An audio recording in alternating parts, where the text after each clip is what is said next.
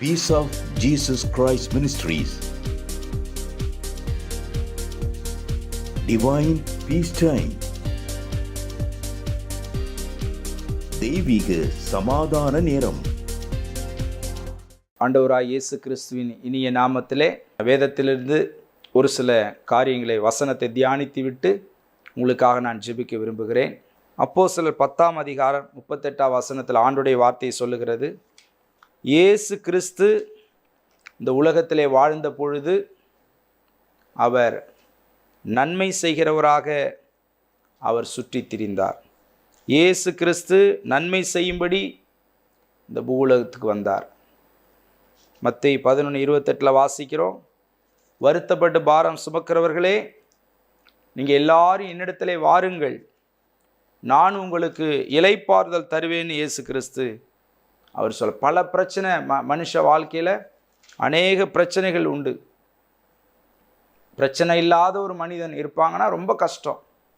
ஆனால் பிரச்சனை இல்லாமல், ஒரு கஷ்டம் இல்லாமல் வாழணும்னு சொல்லிட்டு தான் எல்லாரும் விரும்புகிறோம். ஒரு கஷ்டமும் இருக்கக்கூடாது, நினச்சது எல்லாம் நடக்கணும், நம்ம நினச்ச மாதிரி வாழ்க்கை இருக்கணும்னு நினைக்கிறோம். ஆனால் கஷ்டங்கள் வருகிறது, வியாதி வருகிறது, வறுமை வருகிறது, பண கஷ்டம் வருது, கடன் பிரச்சனை மாட்டிக்கிறோம், நினச்ச காரியம் கைகூடி வரல. மக்கள் அநேகர் கஷ்டத்தில் தான் வாழ்ந்துக்கிட்டு இருக்கிறோம். போய் ஒருத்தத்தில் பார்க்கும்பொழுது, விசாரிக்கும் பொழுது தான் நமக்கு தெரியும். வெளியிலேருந்து பார்க்கும் பொழுது எல்லாரும் நல்லா இருக்கிற மாதிரி இருக்கும், ஆனால் எல்லாருமே கஷ்டங்களில் இந்த உலகத்தில் வாழ்ந்து கொண்டிருக்கிறார்கள். இயேசு ஒரு அழைப்பு கொடுக்கிறார். வருத்தப்பட்டு பாரம் சுமக்கிறவர்களை, உங்கள் கஷ்டம் பாடுகளோடு சுமந்து கொண்டு இருக்கிறீங்களே, நீங்கள் என்னிடத்திலே வாருங்கள், நான் உங்களுக்கு இளைப்பாறுதல் தருவேன். I will give you rest. ஆத்துமாவுக்கு இளைப்பா. எப்படி சரீரத்துக்கு ஒரு ரெஸ்ட்டு தேவை. பகல் ஃபுல்லாக கடுமையாக உழைக்கிறோம், இரவில் தூங்குகிறோம், ஒரு ஓய்வு. ரொம்ப தூரம் பிரயாணம் பண்ணுறோம், ஒரு ரெஸ்ட் எடுத்துக்கிறோம். கடுமையான உழைப்புக்கு மத்தியில் ஒரு ரெஸ்ட் எடுத்துக்கிறோம். அதுபோல் நம்ம ஆத்துமாவிற்கு, மனசுக்கு ஒரு ரெஸ்ட்டு அது ஆண்டவரால் தான் கொடுக்க முடியும். இயேசு கிறிஸ்து வாக்கு பண்ணியிருக்கிறார். மத்தேயு 11:28 வருத்தப்பட்டு பாரத்தை சுமந்து அழிந்து நீங்கள் போக வேண்டிய ஆண்டுடைய விருப்பம் அல்ல. அநேகரை பார்க்குறோம், ஐயோ நான் கஷ்டப்பட்டுக்கிட்டு இருக்கிறேன், இந்த கடவுளுக்கு கண் இல்லையா, ஆண்டவர் என் வாழ்க்கையில் எப்படி கண்ணை காட்ட, இப்படி நிறையா சொல்கிறாங்க. கண்ணை திறக்க மாட்டுறாரு. ஆனால் என்னிடத்தில் வருகிற ஒருவரை நான் புறம்பே தள்ளுவதில்லை. எவ்வளோ பேர் எவ்வளோ சொல்லிட்டு போகலாம், கஷ்டன்னு வந்தால் அதை அனுபவிக்கிறது யார்? அவங்கவுங்க பல கருத்துக்களை சொல்கிறாங்க. கஷ்டத்தில் இருக்கிறவங்க விடுதலை யார் தருவா? இயேசு ஒரு வாக்கு கொடுக்குறார். அதை சொல்கிறதுக்கு தான் ஊழியம் செய்ய எங்களை கர்த்தர் வைத்திருக்கிறார். நான் 23 ஆண்டுகளுக்கு மேலே முழு நேர ஊழியத்தில் இருக்கிறேன். ஸ்கூல் முடித்தேன், காலேஜ் முடித்தேன், பல வேலைகள் வாய்ப்புகள் நண்பர்கள்லாம் போனாங்க. ஆனால் ஊழியம் செய்யணும்னு சொல்லி எங்கள் அப்பா சபை நடத்திட்டு இருந்ததுனால நானும் ஊழியம் செய்யணும், ஆண்டவருக்கு செய்யணும். அந்த வாய்ப்புகள் பெரிய போஸ்ட்டு வந்ததுன்னு நான் சொல்லலை. ஆனால் அதுக்கு முயற்சியே பண்ணாமல் பட்டம் வாங்கினா கூட சரின்னு கர்த்தருடைய ஊழியத்துக்கு வந்து 20-23 நாளில் ஊழியத்தில் நாங்கள் இருக்க கர்த்தர் உதவி செய்கிறார். எவ்வளோ பேருக்கு அவர் நன்மைகளை செய்திருக்கிறார். இதை சொல்கிறதுக்கு தான் கடவுள் எங்களை வச்சிருக்கிறார். அதுக்கு தான் நான் சொல்கிறேன். அதை சொல்கிறதுக்கு தான் இயேசு கிறிஸ்து எங்களை அபிஷேகம் பண்ணி அவருக்கு ஊழியம் செய்யும்படி கர்த்தர் வைத்திருக்கிறார். நான் இளைப்பாறுதல் தருவேன்னு சொல்கிறார். ஒரு அமைதியை தருவார்.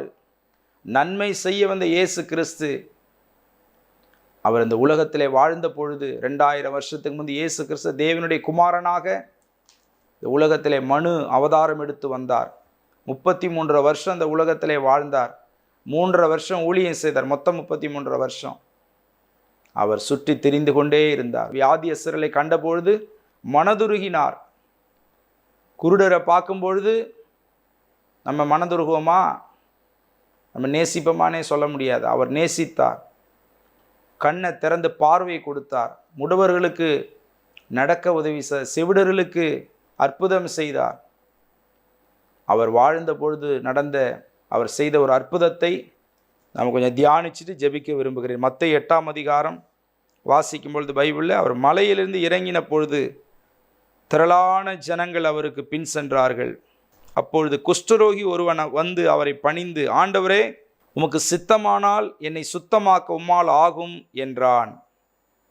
இயேசு தமது கையை நீட்டி அவனை தொட்டு, எனக்கு சித்தம் உண்டு, சுத்தமாக என்றார். உடனே குஷ்டரோகம் நீங்கி அவன் சுத்தமானான். ஹல்லேலூயா.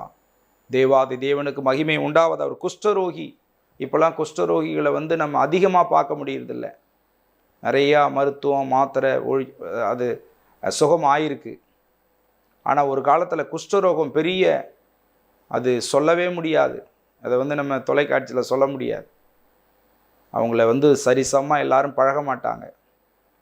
வீடுகளுக்கு போயிட்டு சாப்பிடுவாங்களா, அவங்களோட நட்பு வச்சுக்குவாங்களா, ரொம்ப ஒரு குடும்பத்தில் வந்துட்டாலே ரொம்ப கஷ்டம். அந்த ஃபேமிலி எப்படி குஷ்டரோகம் இங்கே பார்க்குறோம்.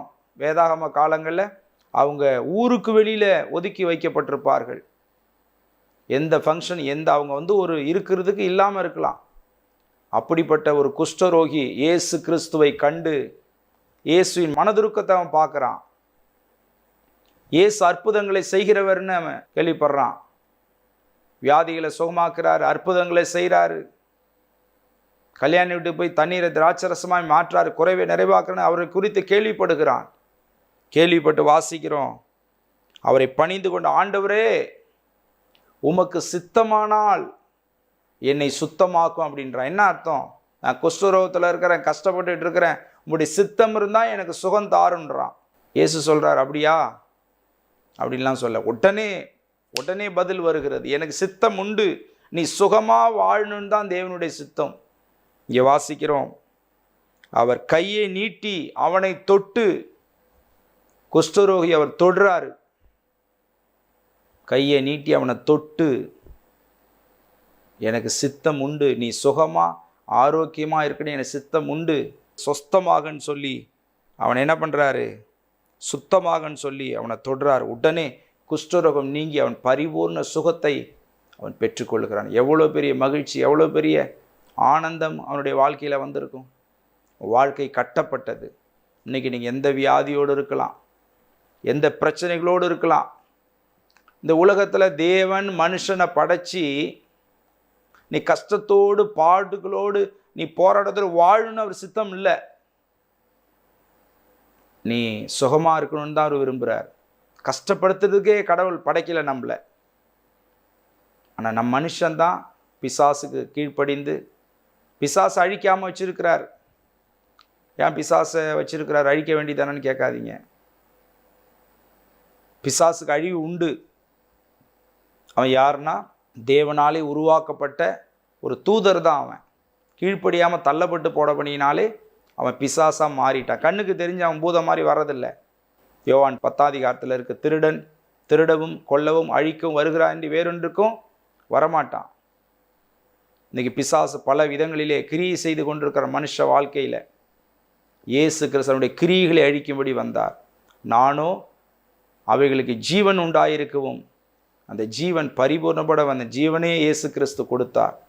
மரித்தார், உயிர்த்தெழுந்தார், அவர் ஜீவனையே கொடுத்தார். 1 யோவான் 3:8 வாசிக்கிறோம், பிசாசுடைய கிரியைகளை அழிக்கும்படி இயேசு கிறிஸ்து வெளிப்பட்டார். பிசாசுடைய கிரியைகளை அழிக்கிறார். மனுஷனால் பிசாசுடைய கிரியைகளை அழிக்க முடியாது. அவன் எவ்வளோ முயற்சி பண்ணுவான், முடியாது. பிசாசு எப்படியாவது மனுஷன் ஆட்கொண்டுருவான். ஒரு பிள்ளையை நம்ம பெற்று வளர்க்குறாங்க பெற்றோர்கள், பால் ஊட்டி அவங்களுக்கு சீராட்டி அன்போடு பிள்ளையை வளர்க்குறாங்க. எதுக்கு வளர்க்குறாங்க? என் பிள்ளை டாக்டர் ஆகணும், இன்ஜினியர் ஆகணும், பெரிய ஒரு போஸ்டிங்கில் வரணும்னு தான் வளர்க்குறாங்க. என் பிள்ளை பெரிய கொலைகாரனாக வரணுங்க, என் பிள்ளை பெரிய ரவுடியாக வரணுங்க, ஒரு ஜெயில் குற்றவாளியாக இருக்கணும், தூக்கு தண்டனை கைதியாக இருக்கணும் வளர்க்குறாங்களா? ஆனால் வளர்க்கும் பொழுது அந்த அந்த வாலிபன் மாறுறான். வாலிப பெண்ணோ வாலிபனோ அந்த சூழ்நிலைகள், மனிதருடைய சூழ்நிலை மாறுகிறது. ஒரு பெரிய கொலை குற்றவாளி, இல்லை செய்யாத குற்றமே இல்லை, அவன் மேலே இல்லை போடாத வழக்கையில் தூக்கு தண்டனை போட போகிறாங்க. அவன் தாய்கிட்ட நிருபர்கள் பேட்டி கேட்டாங்க, உங்கள் மகனை பற்றி என்ன சொல்கிறீங்கன்னு. அந்த அம்மா சொன்னாங்க, என்னுடைய மகன் நல்லவங்க அப்படின்னாங்க. தாய் அந்த பிள்ளையை குழந்தையாக தான் பார்க்குறாங்க. பிரச்சனை எங்கே வந்துச்சு? பிசாசு அவன் சிந்தனைக்குள்ளே பூந்து பாவத்தையும் குடிவெறியும் காரியங்கள், அவங்க வாழ்க்கை எத்தனையோ இப்போ இன்றைக்கி உள்ளவங்க குடிக்கு அடிமையாகி, இன்றைக்கி காலையில் கூட ஒருத்தவங்கள்ட்ட பேசிக்கிட்டு இருந்தேன். 12 மணி ஆகுறதுன்னு நீ வந்து வெயிட் பண்ணுறியான்னு கேட்டாங்க. எனக்கு நிஜமாகவே தெரியல என்ன 12 மணின்னு. 12 மணிக்கு தான் அந்த மதுபான கடையை திறப்பாங்களா எனக்கு தெரியாது, இது வரைக்கும் தெரியாது. மதுபான கடை நான் காலையிலே எல்லா கடையை போல் திறந்துருவாங்கன்னு நினச்சிக்கிட்டேன். 12 மணிக்கு தான் திறப்பாங்களா, அதுக்காக வெயிட் பண்ணிகிட்டு இருக்கான் அந்த வாலிபன். திறந்தோன்னே போயிட்டு நான் நினச்சேன், அப்போ நேற்றே வாங்கி வைக்க வேண்டியதானேன்னு கேட்டேன். இல்லை அதையும் குடிச்சிருவான், நான் எவ்வளோ வாங்கி வச்சாலும் நைட்டே குடிச்சிருவான். இப்போ என்னென்ன விஷயம் பாருங்கள் வாலிபர்கள். உடனே அதுக்கு ரெஃபரன்ஸ் ஒன்று சொல்கிறான் அந்த பையன். காலையிலே திறந்துட்டா யாருமே வேலைக்கு போக மாட்டாங்க சார். என்னடா அது புதுசாக கேள்விப்பட வேண்டியதாக இருக்குது. எவ்வளோ உலகம் கொடுமையில் போயிட்டுருக்கு பாருங்கள். நான் சிரிச்சிட்டு சொல்கிறேன், ஆனால் அந்த குடும்பத்தில் கண்ணீர், குடி, வெறி, எவ்வளோ பெரிய கொடுமை பாருங்கள். எல்லாத்துக்கும் காரணம் பிசாசு தான். குமாரனை இயேசு கிறிஸ்து விடுதலையாக்கில் மெய்யா விடுதலையாவீர்கள். சத்தியத்தை அறிவிகள், சத்தியங்களை விடுதலையாக. இயேசு கிறிஸ்து விடுதலை கொடுக்கிறவர். பாவத்திலிருந்து, சாபத்திலிருந்து, பிசாசின் பிடியிலிருந்து விடுதலை கொடுக்கிறவர் இயேசு கிறிஸ்து. இங்கே குஷ்டருக்கு சுகம் கொடுத்த தேவன். ஆண்டவரே எனக்கு கிருபை தாங்கப்பா, என்னால் இதை விட முடியல. நீங்கள் ஒருவேளை உங்கள் குடும்பத்தில் உள்ளவங்களுக்காக நீங்கள் ஜெபிக்கலாம், இல்லை உங்களுக்காக நீங்கள் ஜெபிக்கலாம். கர்த்தர் விடுதலையை கொடுக்கிறவர். பிரச்சனையோடு வாழ்ந்து அப்படியே இன்னும் சொச்ச காலத்தை ஓட்டி மறிச்சா போதுன்றது என்ன வாழ்க்கை இருக்குது? உங்கள் வாழ்க்கை உங்களுக்கு பிரயோஜனமாக இருக்கணும். ஒரு ஆணாக இருந்தீங்கன்னா உங்கள் மனைவி நீங்கள் பிரயோஜனமுள்ள ஒரு மனுஷனாக இருக்கணும். உங்கள் பிள்ளைகளுக்கு நல்ல அன்புள்ள தகப்பனாக இருக்கணும்.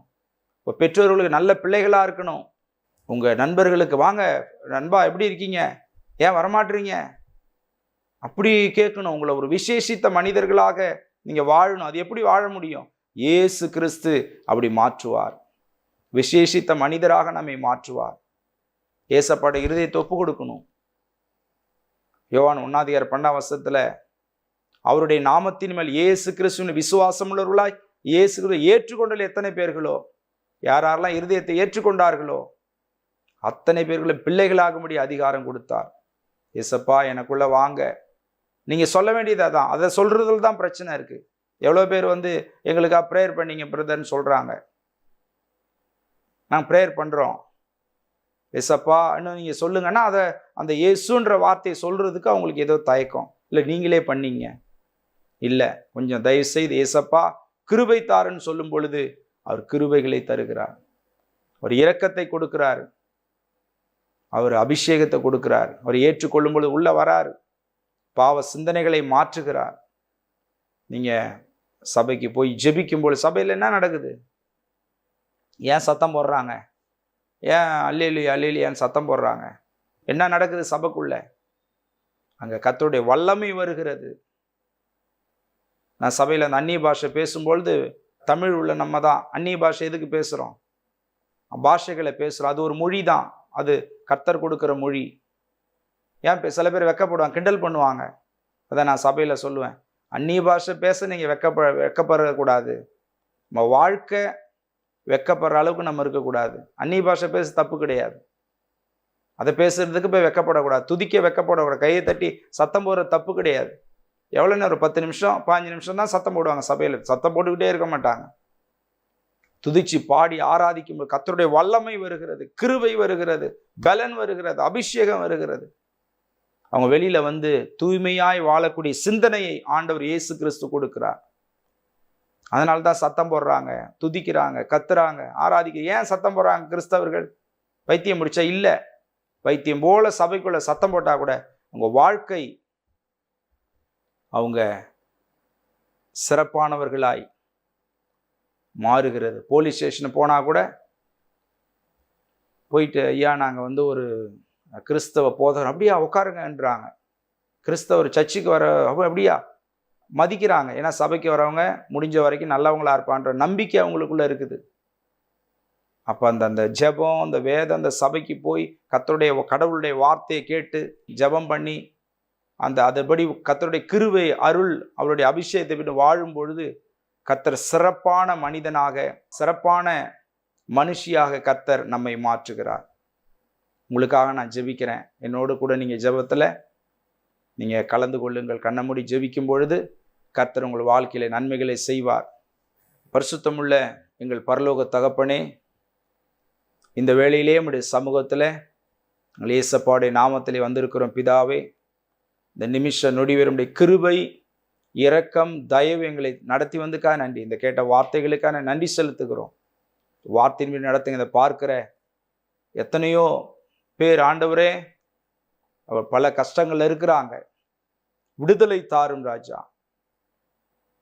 கர்த்தருடைய ஆவியானவர் இங்கே விடுதலை உண்டு. வார்த்தையின்படி பாவத்திலிருந்து, பிசாசின் பிடியிலிருந்து, அந்த குடி போதை பழக்கத்திலிருந்து இயேசு கிறிஸ்துவின் நாமத்தினாலே ஒரு விடுதலை உண்டாகும்படி நான் ஜெபிக்கிறேன். ஆண்டவரே, இயேசு கிறிஸ்துவின் நாமத்திலே ஜெபிக்கிறேன் எங்கள் அன்பின் நல்ல பிதாவே, ஆமென். உங்கள் ஜெப தேவைகளுக்கும் மேலும் ஆலோசனைகளுக்கும் தொடர்பு கொள்ள வேண்டிய எங்கள் முகவரி: பாஸ்டர் G.J. மைக்கே, peace of Jesus Christ ministries, MK தோட்டம், சிதம்பரம். Cell number 7530084562.